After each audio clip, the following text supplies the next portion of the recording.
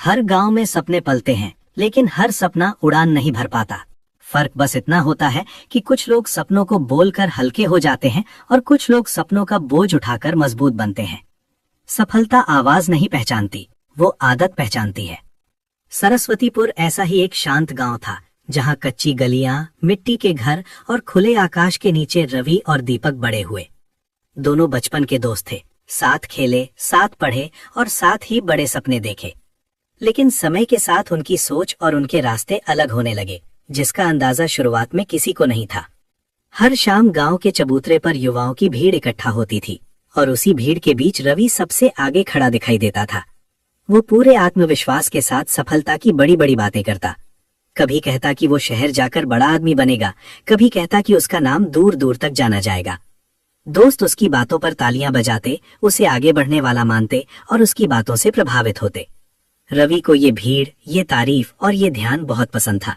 उसे लगता था कि लोग उसे सुन रहे हैं, मतलब वो सही रास्ते पर है। उसके लिए बातें ही मेहनत बन चुकी थीं। उसी चबूतरे पर दीपक भी बैठा रहता था, लेकिन शांत और गंभीर। वो रवि की बातें ध्यान से सुनता, पर खुद बहुत कम बोलता। एक दिन रवि जोश में सफलता का राज समझा रहा था। तभी एक छोटे लड़के ने मासूम जिज्ञासा से पूछ लिया कि भैया, आप रोज ऐसा क्या करते हो जिससे सफल बन सको? कुछ पल के लिए सन्नाटा छा गया। रवि ने हंसकर जवाब दिया कि अभी उसकी प्लानिंग चल रही है।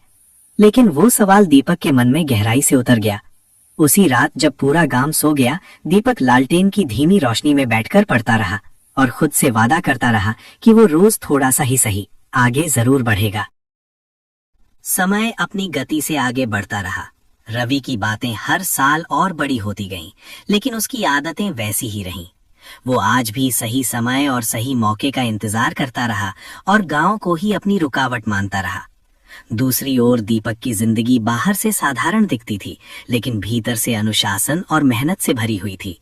सुबह खेत में काम, दिन में पढ़ाई और रात को खुद को बेहतर बनाने की तैयारी, यही उसकी पहचान बन गई। कुछ सालों बाद दीपक बिना किसी घोषणा के शहर चला गया, जबकि रवि अब भी गांव में बैठकर आने वाले कल की बातें करता रहा। कई साल बाद जब दीपक गांव लौटा तो चबूतरा वहीं था, दोस्त वहीं थे और रवि अब भी भीड़ के सामने सफलता की बातें कर रहा था। बस आवाज में पहले जैसी चमक नहीं थी। भीड़ में से किसी ने दीपक से पूछ लिया कि वो बिना ज्यादा बोले इतनी चुपचाप आगे कैसे बढ़ गया। दीपक ने शांत स्वर में कहा कि उसने कभी भीड़ के सामने सफलता की बड़ी बड़ी बातें नहीं की। उसने अपना ज्यादातर समय अकेले में काम करने, सीखने और खुद को बेहतर बनाने में लगाया। उसके शब्द साधारण थे, लेकिन सच्चे थे। उसी पल रवि को समझ आया कि तालियां सिर्फ कुछ देर की खुशी देती हैं, जिंदगी नहीं बदलती।